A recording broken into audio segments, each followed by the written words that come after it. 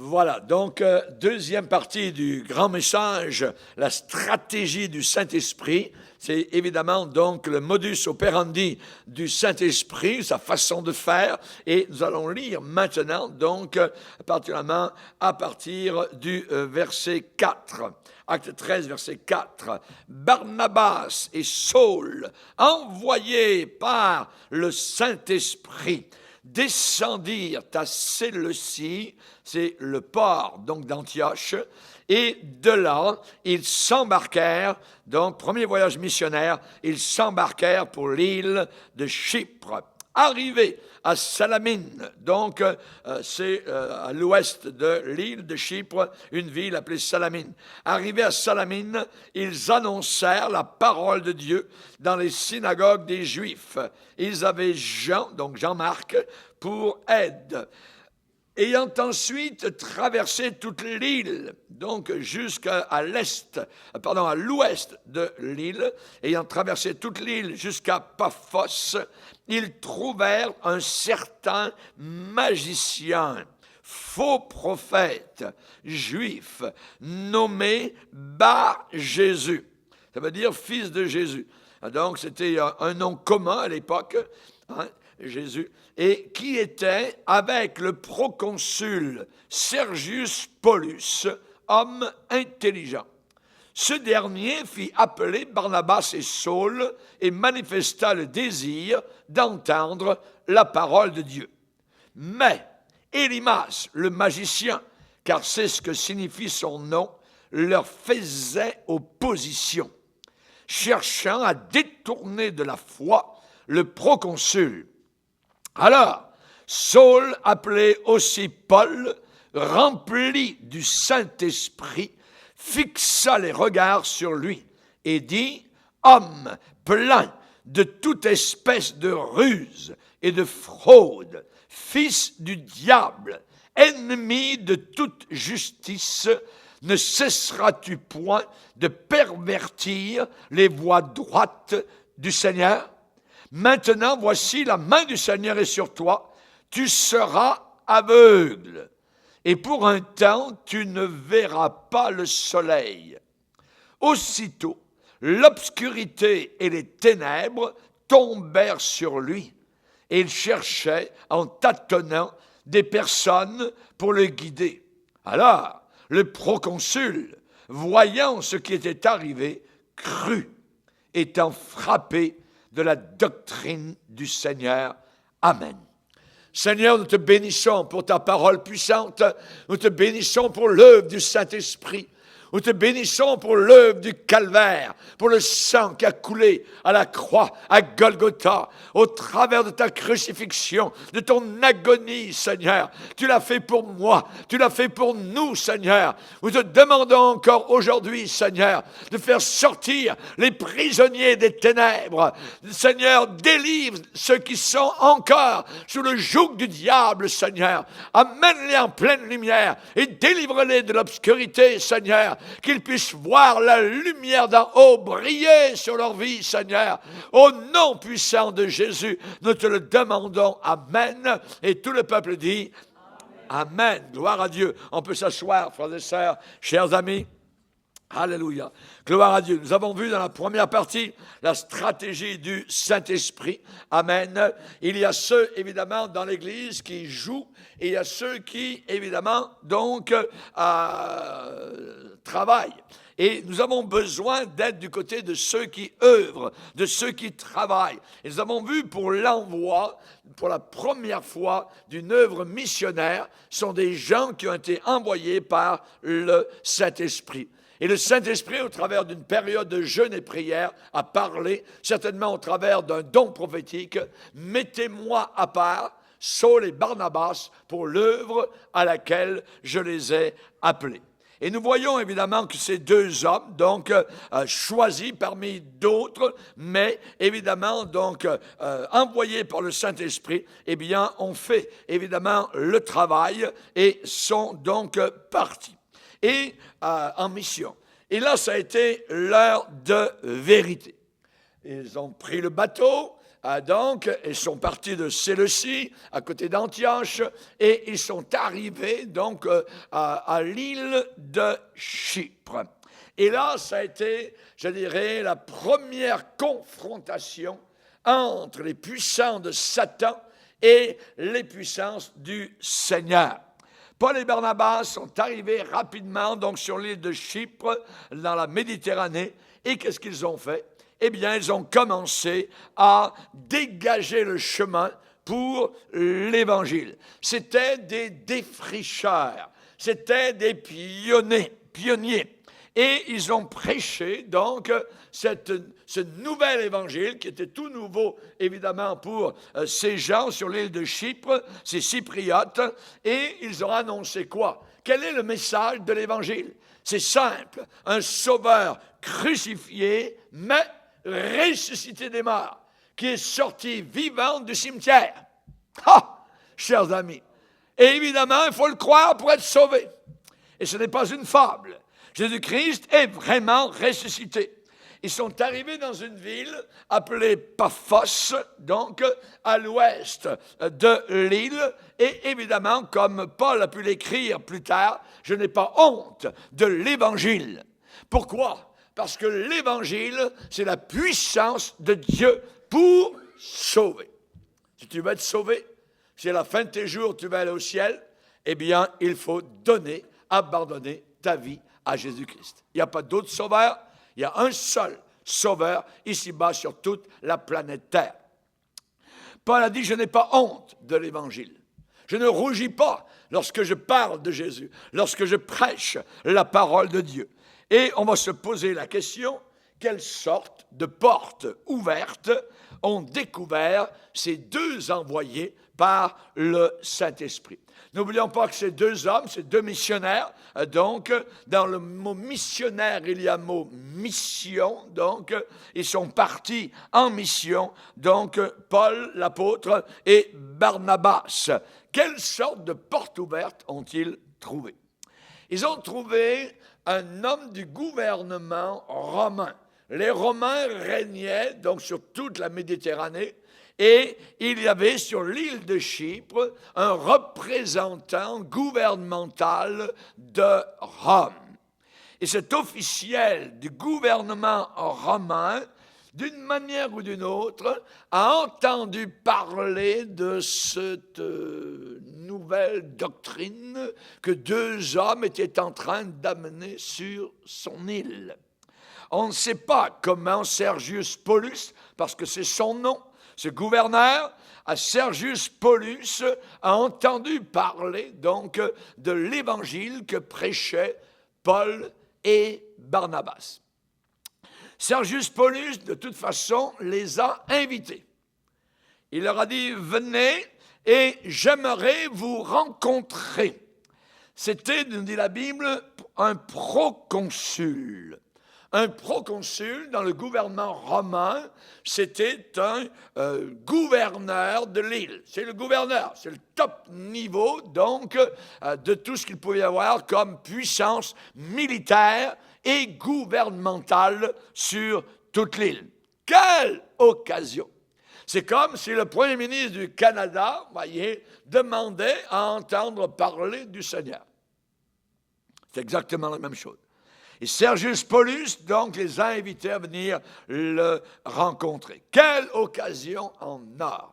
Quelle opportunité! Sauf que cet officiel romain avait un serviteur gardien à côté de lui dans sa maison.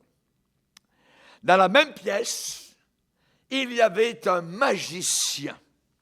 Ça veut dire, on dirait aujourd'hui, un occultiste. Quelqu'un qui trafique avec Satan. Quelqu'un qui a donné son âme à Satan.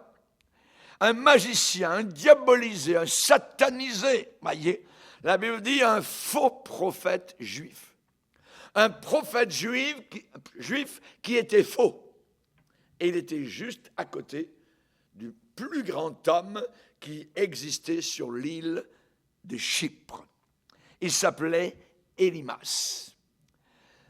Paul et Silas sont Dans la pièce, je peux imaginer Sergius Paulus sur une sorte de trône, de mini-trône, et là, donc, il y a les deux hommes qui lui disent, voilà l'évangile. Jésus-Christ est votre sauveur. Si vous lui donnez votre cœur, si vous repentez de vos péchés, vous allez aller au ciel. Il est le sauveur. Il est venu. Il a été crucifié à Golgotha, en Israël. Il est ressuscité des morts. Il est vivant, tout ça. Croyez-vous cela, monsieur Sergius Paulus?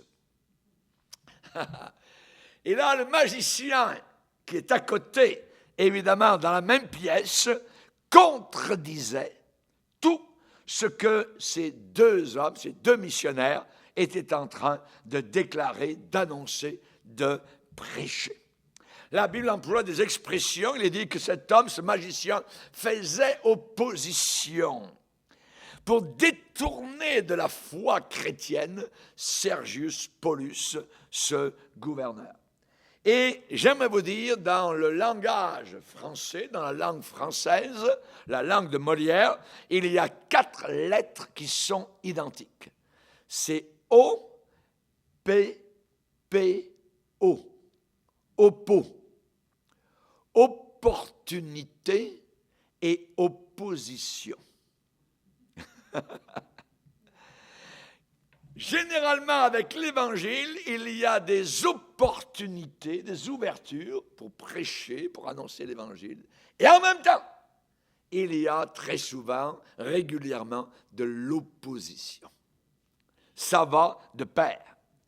Donc, ce sont deux mots qui voyagent très souvent ensemble, voyez, qui sont jumeaux. Opportunité et opposition. Ne soyez jamais découragés. Quand Dieu ouvre une porte pour faire une œuvre pour lui, et presque aussitôt, vous avez de l'opposition. C'est le normal des choses.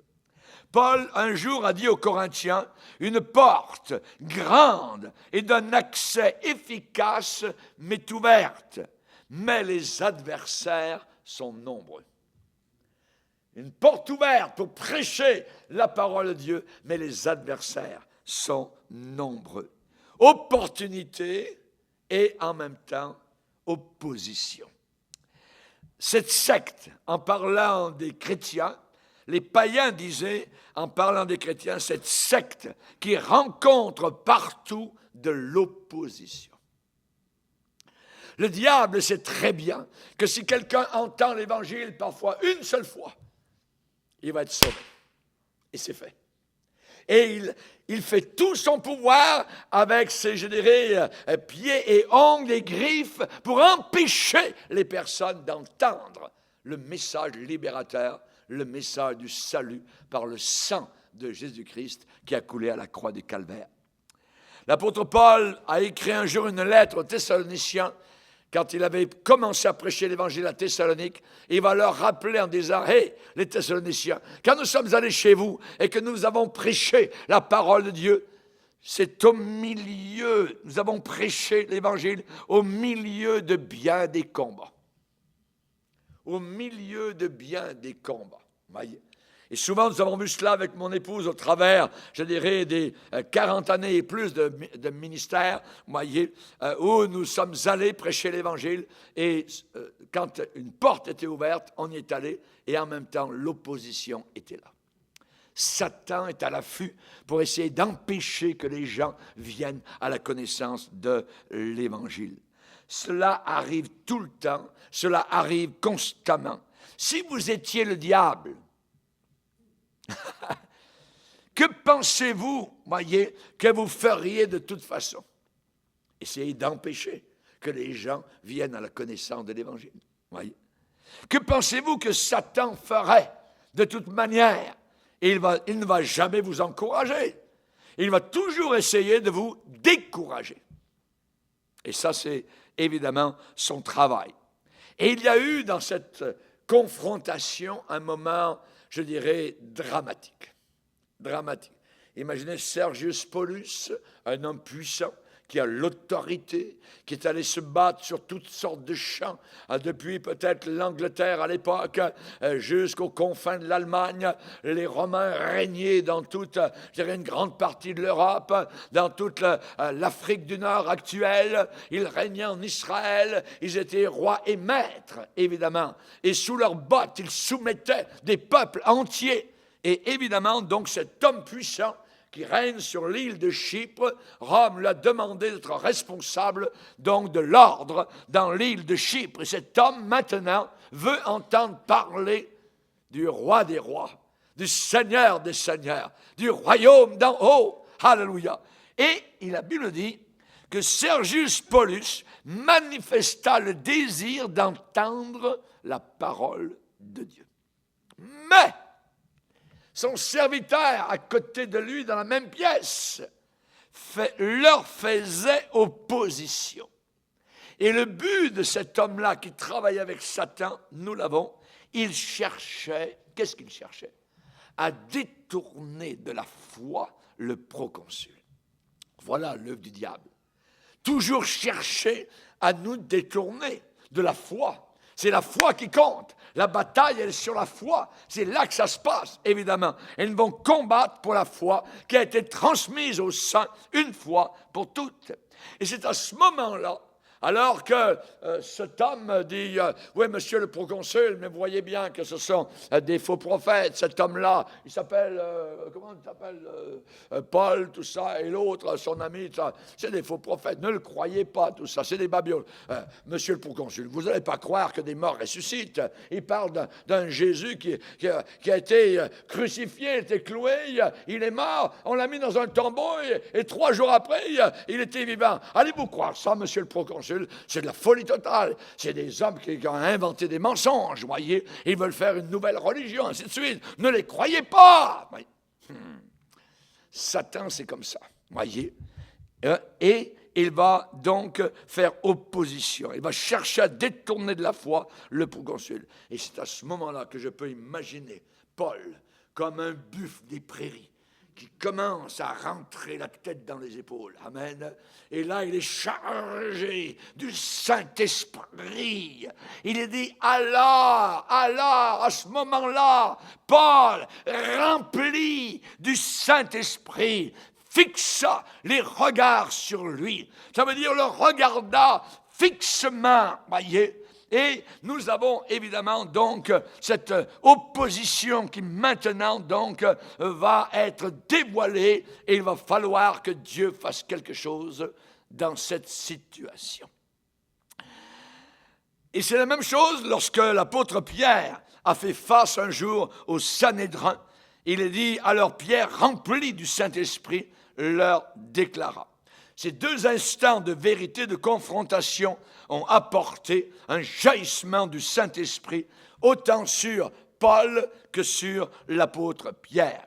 Et voilà que Paul, rempli du Saint-Esprit, fixant du regard ce faux prophète, eh bien, va donner 5 phrases que j'appelle à très haut voltage. 5 phrases à très haut voltage, voyez, à haute tension, 5 phrases redoutables.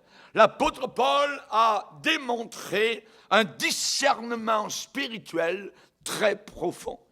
Il a repris, il a réprimandé fortement le sorcier. Homme plein de toute espèce de ruse et de fraude, ça veut dire de séduction et de tricherie. Fils du diable. Ton maître, c'est Satan. Ennemi de toute justice. Ça veut dire ennemi de tout ce qui est droit. Tu es un tordu. La 3e phrase. Ne cesseras-tu pas de pervertir les voies droites du Seigneur? 5e flèche, maintenant, voici, la main du Seigneur est contre toi. 5e, tu seras aveugle et pendant un temps, tu ne verras pas le soleil. Soudain, il ne voit plus rien. L'homme ne voit plus rien, il tâtonne, il pousse des gémissements. Sergius Paulus voit ce qui est en train de se passer sous ses yeux. Et il est convaincu de la puissance de l'Évangile, de ce que ces deux hommes étaient en train de déclarer. Il est convaincu de l'enseignement, la doctrine du Seigneur. Évidemment, à nos oreilles aujourd'hui, nous les chrétiens du 21e siècle, cela sonne d'une manière très étrange. À nos oreilles des temps modernes, fils du diable, ennemi de toute justice, voyez, homme plein de ruses, plein de fraude, voyez. Nous, on aurait agi peut-être différemment, voyez. On aurait dit, Paul, écoute, tu es simplement un invité chez un grand homme du gouvernement romain. Essaye de te contenir un peu, essaye d'agir correctement, tout ça. Voyez, tu n'es pas chez toi, tu es chez Sergius Paulus, un proconsul. Tu es dans sa maison. Paul, tu devrais utiliser un peu plus de diplomatie. Tu devrais avoir un peu plus de politesse, un peu mieux de savoir-vivre, voyez. C'est ça que les chrétiens aujourd'hui disent et parfois font. Mais quelle sorte de chrétien était l'apôtre Paul, de toute façon? Certains vont dire, hey, est-ce que Dieu n'est pas un Dieu d'amour? Fils du diable, homme pervers, ruse, tout ça, voyez. Tu es en train de lui dire la vérité. Voyez. Mais j'aimerais vous dire ce soir que le Saint-Esprit, quand vous êtes rempli du Saint-Esprit, le Saint-Esprit qui est Dieu, savait exactement ce qui était approprié à cette situation et dans ce cas-là. Et ça a été pour cette occasion-là une réprimande ouverte, forte, malgré les circonstances gênantes, difficiles et embarrassante. Même l'apôtre Paul n'était pas préparé à cela. Avec son ami, ils étaient préparés à entrer dans la grande maison, la belle maison du proconsul. Donc, rien ne lui avait dit à l'avance que cette journée-là, il devrait rencontrer un magicien, sorcier, un faux prophète qui s'opposerait à l'Évangile. Mais quand la confrontation a commencé, quand l'opposition a débuté, Paul n'a même pas consulté son collègue Barnabas. Paul était équipé par le Saint-Esprit, conduit par le fidèle Saint-Esprit qui l'avait amené, je dirais, dans cette situation.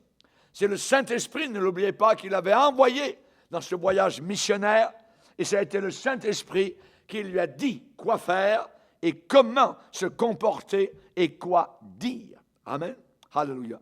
La Bible dit qu'aussitôt, l'obscurité et les ténèbres tombèrent sur ce faux prophète et il cherchait en tâtonnant des personnes pour le guider. Il n'y a pas quelqu'un pour me guider, je ne vois plus rien.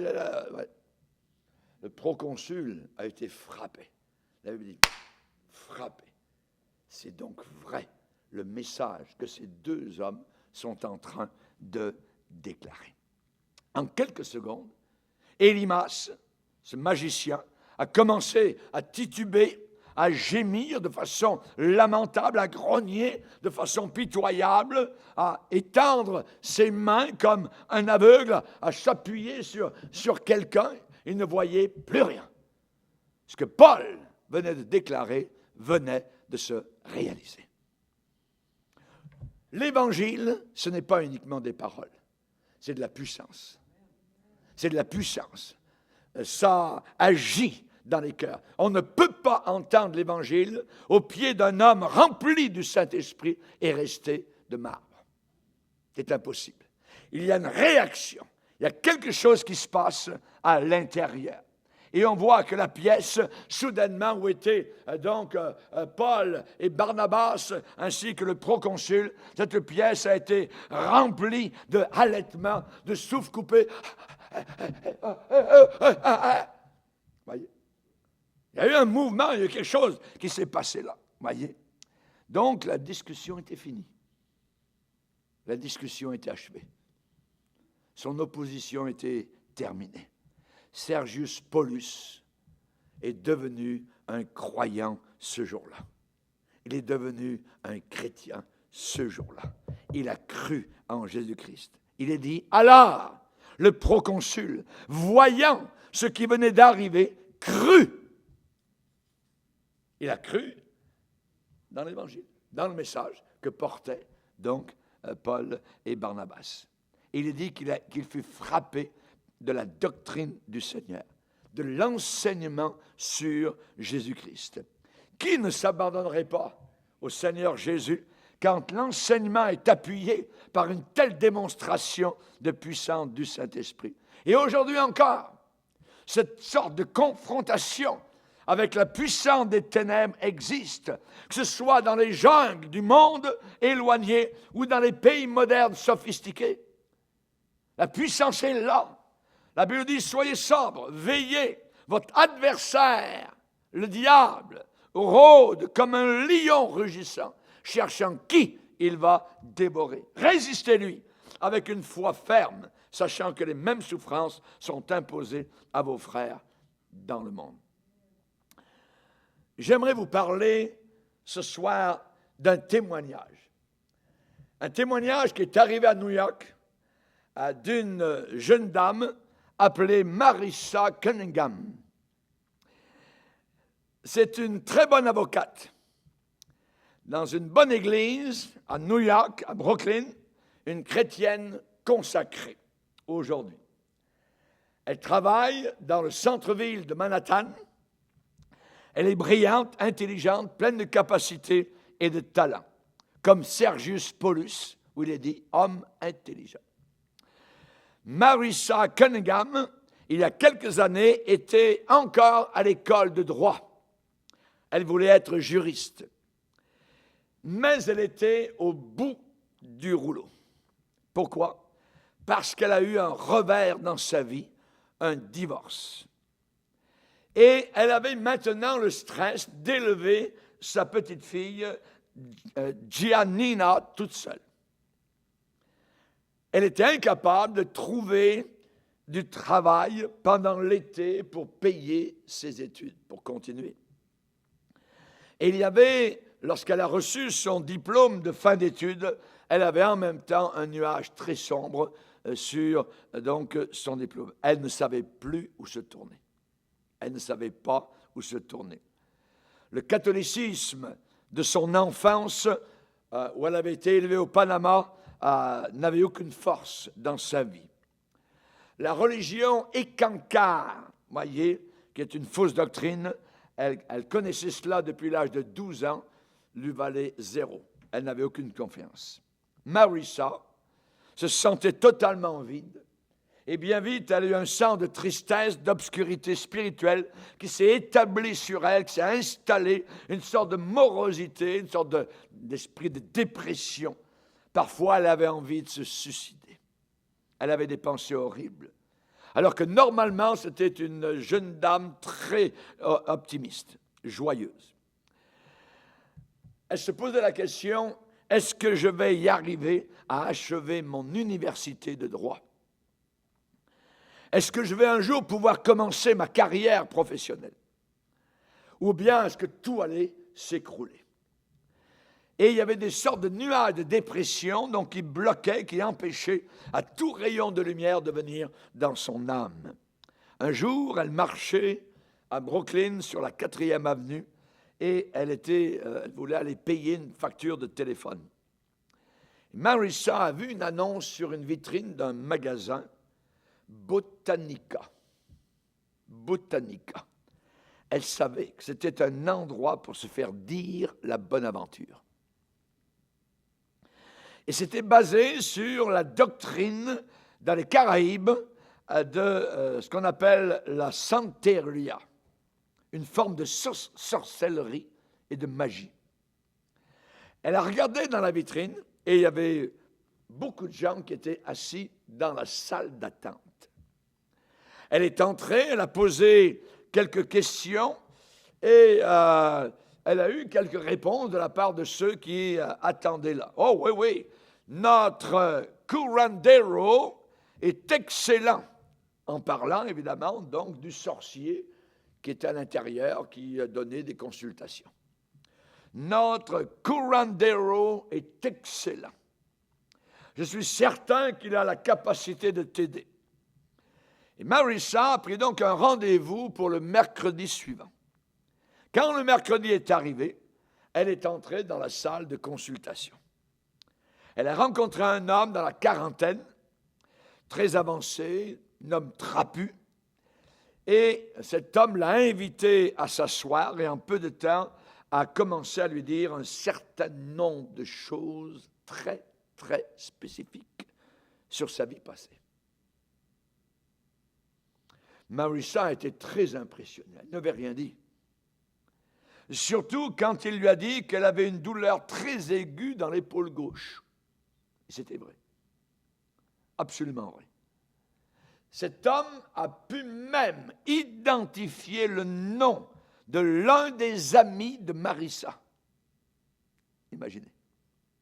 Et il a déclaré que cet ami de Marissa avait fait de la magie noire contre elle. Et évidemment, si elle pouvait payer, il allait l'aider à inverser, à renverser la supposée malédiction contre elle. La magie. Si elle revenait le vendredi avec $200 en cash, il la conduirait au travers d'un rituel de purification.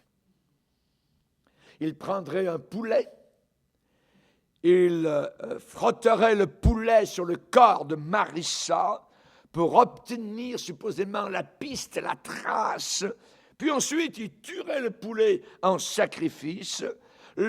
Cet homme prendrait le sang du poulet pour l'amener dans un cimetière pour l'enterrer.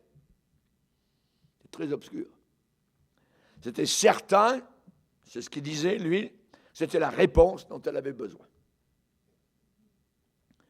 Marissa répugnait cette idée-là, parce qu'elle était végétarienne, opposée à tuer les animaux pour n'importe quelle raison.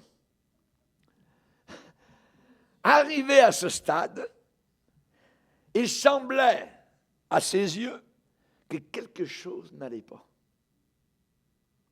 Que quelque chose n'allait pas. Mais cependant, si cela vraiment pouvait résoudre son problème, libérer ses pensées, retrouver sa joie, alors peut-être elle devait continuer à aller de l'avant dans ce sens-là. C'est ce qu'elle pensait. Elle est retournée chez elle, elle a discuté de cette idée avec quelques amis, et ses amis ont dit, eh bien, si ça peut t'aider dans ta situation, eh bien, ça vaut peut-être la peine d'essayer. Dans le passé, Marissa avait visité l'église chrétienne à Brooklyn, donc 1 ou 2 fois, comme à Pâques. Et dans son incertitude, elle a décidé de s'y arrêter à l'église chrétienne de Brooklyn. Le jour suivant, sa rencontre avec le sorcier, qu'est-ce qu'elle a fait? Eh bien, après avoir rencontré le sorcier, elle est entrée dans l'église. Elle a dit, j'ai besoin de parler avec un pasteur, mais avec quelqu'un qui a beaucoup de puissance. Qui a beaucoup de puissance. Elle a insisté. Mais il y avait cette journée-là, donc, au Brooklyn Tabernacle, aucun pasteur disponible. Alors, elle a parlé avec une femme sur l'équipe qui s'appelait Elsie Lewison. Et Elsie, comme par hasard, avait été élevée à Haïti. Et cette chrétienne de l'Église connaissait tout sur le Santeria. Elle lui a dit, Marissa, écoute bien, la bonté de Dieu est bien plus forte que ta détresse. Et Dieu seul a la puissance de te délivrer. Viens ce soir, on est jeudi, viens ce soir à l'étude biblique. Marissa a répondu, je ne suis pas certaine. Et alors que les heures passaient, elle était inquiète. Elle appréhendait sur le rituel le lendemain, donc, qu'elle devait faire avec le sorcier. Elle avait une certaine appréhension. Elle était inquiète avec l'histoire du poulet. Et ça a augmenté au point qu'elle est retournée à l'église pour l'étude biblique. Elle est arrivée en retard et elle s'est assise à côté de quelqu'un d'un standard social assez bas. Et à la fin de la réunion, cet homme qui était s'était assis à côté de lui, s'appelait John et a engagé une certaine conversation. « Hey, qu'est-ce qui t'a amené ici? Pourquoi tu viens ici? » Marissa lui a parlé donc du magasin, le fameux Botanica. Elle dit, là-bas, il y a des choses bizarres, inhabituelles qui se passent. Et l'homme chrétien, John, a ouvert sa Bible et lui a dit, regarde ce que la Bible dit. Nous n'avons pas à lutter contre la chair et le sang, mais contre les puissances diaboliques, contre les démons. C'est ça, notre bataille. Et il lui a dit, c'est vrai, Satan a une véritable puissance. Et c'est pourquoi ce sorcier, cet homme, a pu te dire des choses sur ton passé. Il a pu te dire la douleur que tu avais dans ton épaule et le reste. Mais il existe quelqu'un de plus grand, avec plus de puissance que lui. Ah ouais, qui? A demandé Marissa. Jésus de Nazareth est plus puissant. Et arrivé à la fin de la soirée de l'étude biblique, Marissa a senti que ces gens voulaient vraiment l'aider, voulaient vraiment prendre soin d'elle. Ils ne l'ont pas traité, je dirais, de drogué, de cinglé, d'avoir été chez quelqu'un qui disait la bonne aventure. Mais ils ont voulu lui donner, je dirais, la meilleure réponse qu'ils avaient. Et elle s'est retrouvée rapidement dans le cercle à la fin de la réunion de l'étude biblique avec le fameux John et avec le prédicateur de la soirée, son épouse, et quelques autres personnes chrétiennes. Puis quelqu'un a dit, Marissa, on va prier pour toi maintenant. Ça va changer toute ta vie. Pas besoin de tuer un poulet pour résoudre ton problème. La vérité, on va te la dire. Le sang qui est nécessaire à la solution de ton problème a déjà été répandu il y a 2000 ans quand Jésus-Christ est mort pour toi sur la croix du Calvaire. Il t'aime et il va prendre soin de toi et il est capable de te libérer totalement et complètement. Ensuite est venue cette prière sincère pour le pardon, pour la purification, pour la libération. Marissa a prié et elle est sortie des ténèbres et elle s'est avancée dans la lumière du Seigneur. Cette soirée-là, elle a été sauvée. Et au milieu de ses pleurs qui coulaient, elle a entendu le prédicateur qui lui a dit, « Marissa, maintenant tu n'as plus besoin d'avoir peur des esprits ou des malédictions. Ton nom est écrit maintenant dans le livre de vie au ciel. Jésus maintenant vit à l'intérieur de toi. Il t'aime et il va te protéger. » Marissa retourne chez elle ce jeudi soir avec une petite semence de foi dans son cœur. Et le jour suivant, elle a sauté son rendez-vous au fameux Botanica. Au lieu d'y aller, elle est allée le dimanche suivant avec sa fille à l'église. Mais alors qu'elle approchait du bâtiment de l'église, du Brooklyn Tabernacle, à New York, alors qu'elle approchait, sur le côté de la rue, elle a porté ses regards sur une camionnette bleue dans le trafic. Elle a vu un homme à l'intérieur qui la fixait des yeux du côté de la vitre du passager. Son cœur s'est mis à sauter.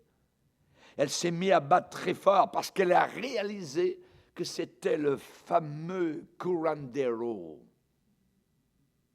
qui était en train de la poursuivre par la puissance de Satan. Il a su qu'elle se dirigeait par la puissance diabolique vers l'Église du Seigneur. Marissa en a eu quasiment le souffle coupé. Et le voilà que maintenant, cet homme, ce magicien, ce sorcier, se dirigeait lui aussi, donc, en la fixant des yeux vers l'Église, pour essayer de l'enlever, de l'empêcher de venir à l'Église à ce moment-là. Cet acolyte de Satan avait son œil sur elle, observant très attentivement chacun de ses mouvements. Il était en train de la scruter avec minutie. Elle a continué à marcher rapidement, d'un pas déterminé, d'avancer fermement vers l'Église. Et quand elle est finalement entrée par les portes de l'Assemblée, elle était soulagée.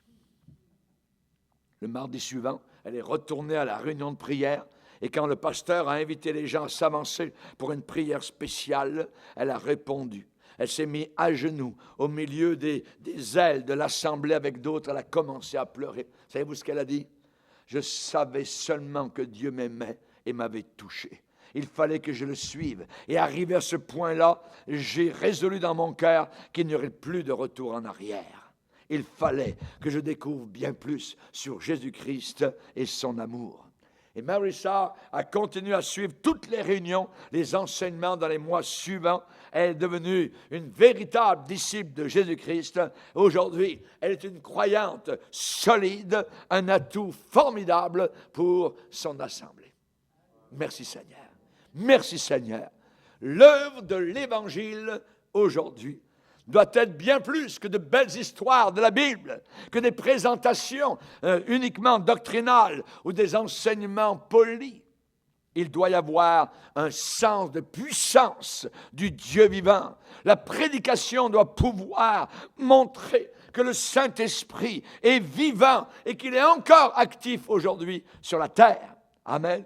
L'apôtre Paul a déclaré aux Corinthiens, « Ma parole et ma prédication ne reposaient pas sur les discours persuasifs de la sagesse. » Voyez, le beau parler intellectuel, la psychologie humaine, non, mais sur une démonstration d'esprit et de puissance. Démonstration d'esprit et de puissance, afin que votre foi soit fondée, soit établie, non pas sur la sagesse des hommes, mais sur la puissance de Dieu.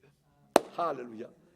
Notre foi, si elle est basée uniquement sur les hommes, elle va vaciller, elle va tomber. C'est comme bâtir sur du sable. Il faut que notre foi soit fondée sur la puissance de Dieu.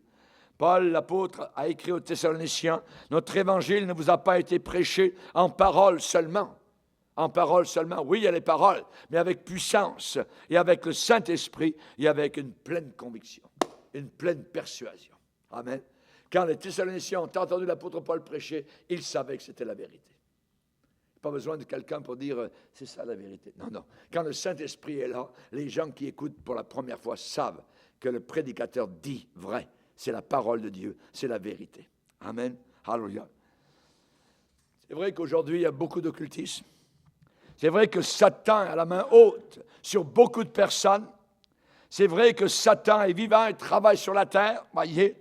On peut s'attendre aussi à ce que le Saint-Esprit vivant et tout-puissant travaille aussi. Amen.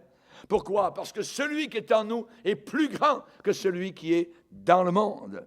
On a le pouvoir qui nous a été donné du Seigneur de marcher sur les serpents et les scorpions et toute la puissance du diable. Rien ne pourra nous nuire. Rien ne pourra nous nuire. Alléluia. Gloire au Seigneur. Amen. L'antidote au plan de Satan, c'est la parole de Dieu et c'est la démonstration de puissance du Saint-Esprit. Quand des étrangers visitent nos assemblées, ils ont besoin de voir quelque chose qui se passe, quelque chose qui arrive et qui renforce le message du salut, qui le confirme et qui l'appuie. Alléluia. Si on prie pour les malades, il faut que ces malades soient guéris. Jésus a dit, ils imposeront les mains aux malades et seront guéris. Ils chasseront les démons. Ils parleront de nouvelles langues. Alléluia. Gloire au Seigneur. Que Dieu soit béni. On a besoin de voir un ivrogne rendu sobre. On a besoin de voir une famille divisée, réunie et réconciliée. On a besoin de voir un ancien homosexuel qui a abandonné son péché. On a besoin de voir un malade qui a été guéri complètement. Alléluia. J'ai aimé l'autre jour notre frère qui a été, qui a passé un séjour à l'hôpital, amen, pour son cœur. Amen, quand il est sorti lors de son congé, où est-ce qu'il est allé? Il est venu 1 heure après à l'église, à la réunion. Ça, c'est frappant. Ça, c'est bénissant. Alléluia. Pourquoi? Parce que c'est ici qu'on invoque le Seigneur. C'est là le lieu, amen, où le Seigneur travaille.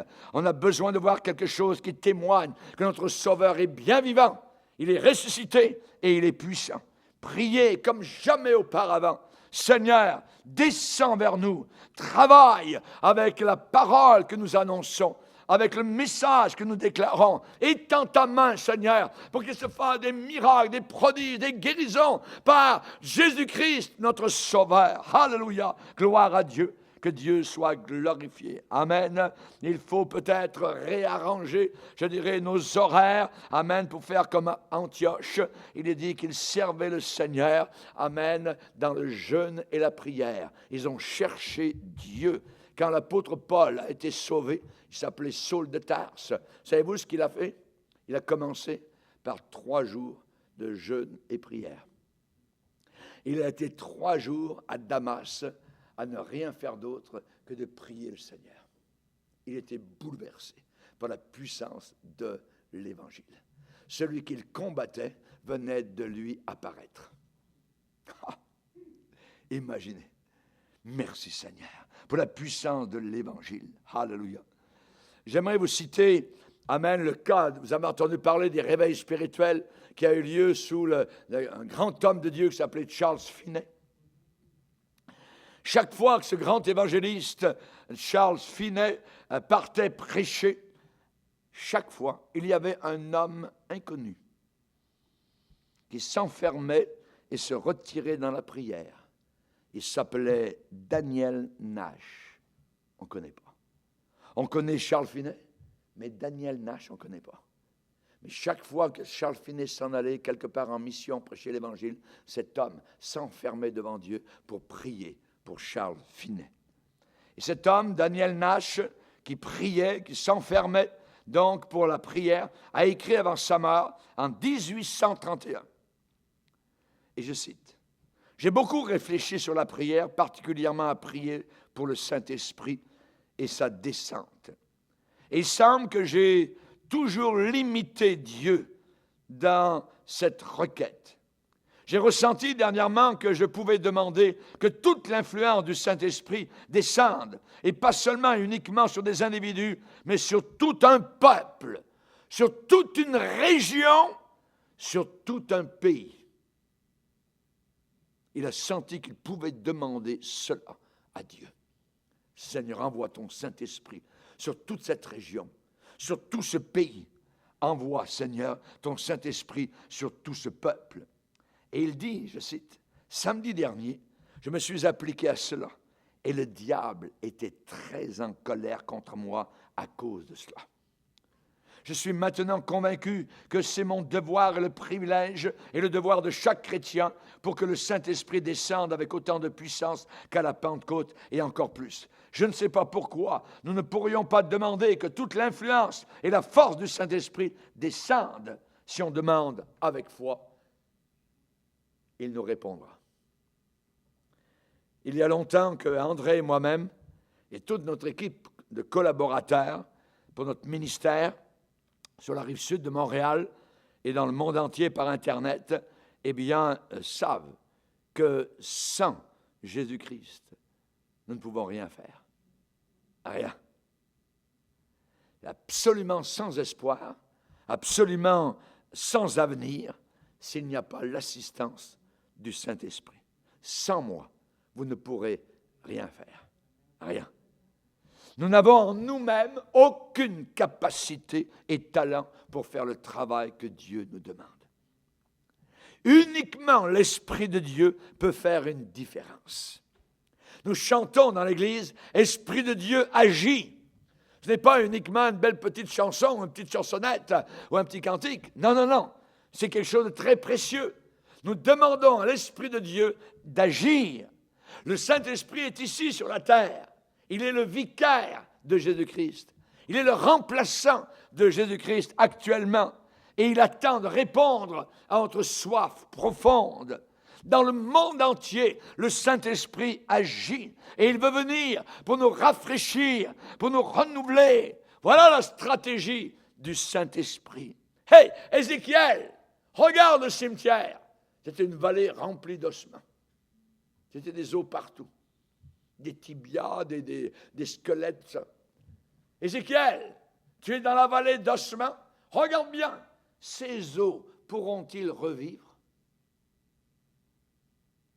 Ézéchiel répond avec honnêteté, Seigneur, tu le sais. Pas mal dur. Pourront-ils revivre? Est-ce que ses os, ses tibias, est-ce que ses jambes, tout ça, ses squelettes secs pourront revivre? Seigneur, pas mal dur, tu le sais. Et il a vu sous ses yeux la puissance de Dieu se manifester. Et il a vu la peau arriver, il a vu un mouvement parmi les os, gling, glang, glang, là. Il a vu ces squelettes monter, tout ça. Et soudain, c'était des humains de nouveau. Avec Dieu, nous sommes dans un cimetière autour de nous. Les gens sont perdus, ils vont en enfer. Mais Dieu est capable de leur apporter la vie par la puissance du Saint-Esprit. Alléluia. Baissons nos têtes et prions le Seigneur. Seigneur, nous sommes devant toi et nous voulons te glorifier. Seigneur, nous te bénissons, Seigneur, pour le même évangile qu'a prêché Paul et Barnabas à Paphos, devant Sergius Paulus, que nous verrons un jour dans ton ciel, qui est devenu croyant le jour où la confrontation avec les puissances diaboliques ont été évidentes, que c'est toi qui avais le bout du bâton, c'est toi qui avais le plus de puissance et de force, car tu es le Créateur, tu es Dieu, et aucune créature, même si c'est Satan, ne peut avoir le dessus sur toi. Merci mon Dieu, veuille bénir abondamment nos vies entières, nos familles. Nous te prions de délivrer, Seigneur, notre jeunesse de la drague. Nous te prions, Seigneur, pour délivrer les alcooliques de leur ivrognerie, Seigneur. Te prions que les pécheurs puissent venir, Seigneur, à la lumière, que les portes des prisons spirituelles s'ouvrent, Seigneur, et que les gens puissent voir finalement la lumière, la seule. Tu as dit, je suis la lumière du monde. Alléluia, c'est toi, Seigneur. Il n'y a pas d'autre lumière que toi. Nous te bénissons et te glorifions à l'avance. Dans le nom de Jésus. Amen. Et tout le peuple dit, Amen. Gloire à Dieu. On va se lever ensemble devant